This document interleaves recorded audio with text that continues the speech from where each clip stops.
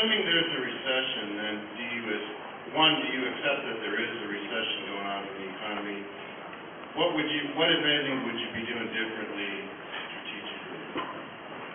Well, it's a great question, and let me just set a backdrop. Jim, Tom, and myself got together towards the end of last year. And as I said in my comments, we really faced reality. We faced reality in the economy and reality in the auto industry.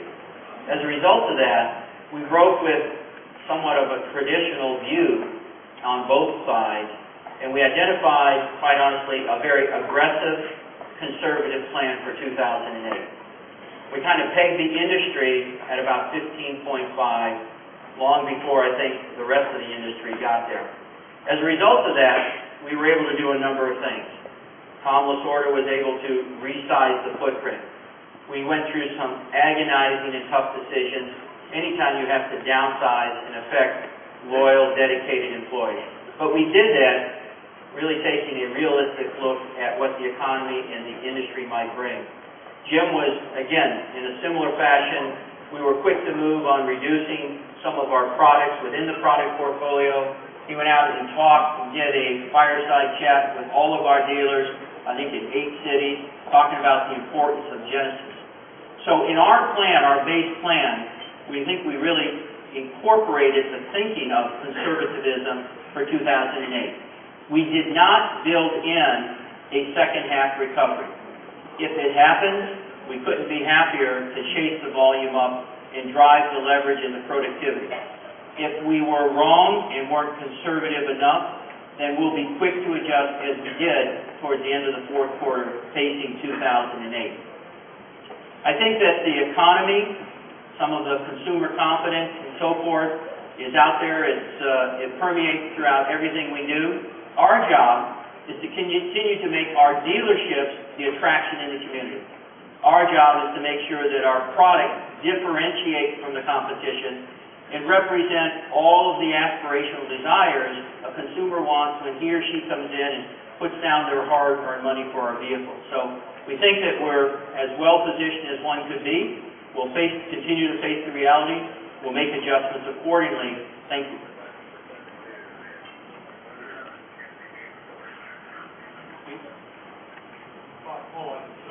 Connection.com, also from The Economist. You mentioned design, and clearly Chrysler has scored very well with some of the designs in recent years, such as the 300. You've also been hit pretty hard for designs of a lot of new models, from some of the Jeeps to the Japanese joint venture vehicles like the Sebring. Talk about the challenge you face restoring your design reputation, particularly with your design reputation on the line. Why you cut the Pacifica studio in California, which has come up with some of the most creative designs you've ever had? Well, there's 3 or 4 questions in there. First of all, let me say that just as we face the reality in the economy and the industry, I think we have faced the reality of our consumer feedback. And that's why, again, we were first in the industry to have a chief customer officer. And we meet regularly and repetitively on that feedback. So we are not in denial. We are not arguing with some of the customer feedback we have. I think in my experience, my 38 years, you're usually never as bad as people write about, and you're sure never as good as people write about. So I think what I would say is that our quality in some of those vehicles isn't where we want it to be, and I can assure you will be a lot better in the future, as evidenced in our commitment and our resolve to make line item improvements. Point number 1. Point number 2, I couldn't agree with you more. I mean, the most exciting part of this opportunity for me is to be able to work with really high intellect engineers who really are on the leading edge of innovation and advances in our vehicles, and then to take that engineering and wrap it artistically into design. I can tell you it's certainly a lot more fun. When I was building power plants, high technology, not too appealing, but very functional. So the opportunity here to work with these brilliant people has been exciting for me. Your question about the design center, I think, goes right to the heart of my comment about globalization and bringing globality to Chrysler. It is certainly not a result of the excellent work that the men and women have done there, whom we're working with closely to make sure they continue to have gainful employment and challenging assignments.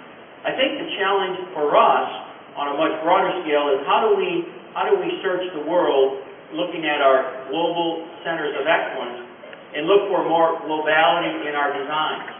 I think if you look right here at home in North America and you look at how consumers are voting with their dollars relative to international design, international features, international fit and finish, we need to make sure that our view is as broad as the customer and the market base.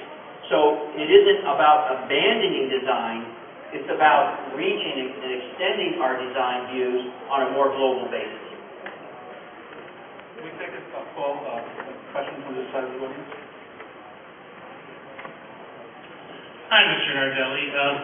Greg Berksmer, now wearing my Old Cars Weekly regional correspondent hat. Would you care to comment why in an age where we're trying to save gas, cut down driver distraction, and conquest more import customers, why is it so hard then to find a car from a U.S. car maker where you can get a manual gearbox? I never thought it looked long enough to see a car like the Dodge Challenger come to market without one, and I probably would own a 300 or a Charger if I could get a manual gearbox in a car, in a V8 powered sedan like that, and maybe there's an opportunity there that, you know, that you guys could go for. Now the audience is going to think that we planted that question with you, so if you'll join Jim Press at the reveal, we'll put you first in line to sign up for one. I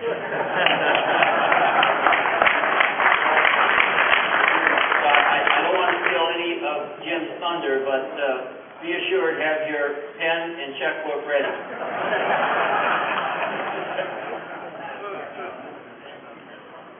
Okay, we have Hi, Rick Newman with U.S. News and World Report. You don't have to tell us this, but what's your target for when Chrysler becomes profitable, and what are the hardest things you have to do to get there? Oh, good. You're right, I can't tell you that. But I will give you some pretty clear direction. I think it's public knowledge that the Chrysler team met or exceeded every one of the pro forma numbers that was presented to our investors for 2007. We also ended the year with $1 billion more in cash in liquidity than the turnaround plan identified. We are, in our 2008 plan, continuing to move in the direction of returning to profitability. And just as we delivered last year, early in the year, but we are on plan through the first 2 months. And that plan, again, continues to drive the company to profitability. And so we're very pleased with the progress we've made. I couldn't be prouder of the team embracing the initiatives that we've had from a market-focused, customer-centric.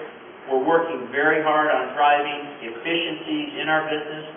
We are allowing our engineers to, again, demonstrate their inspiration in our design teams to, again, demonstrate their aspirational capabilities. And I would say, again, within the not-too-distant future, Chrysler will return to profitability.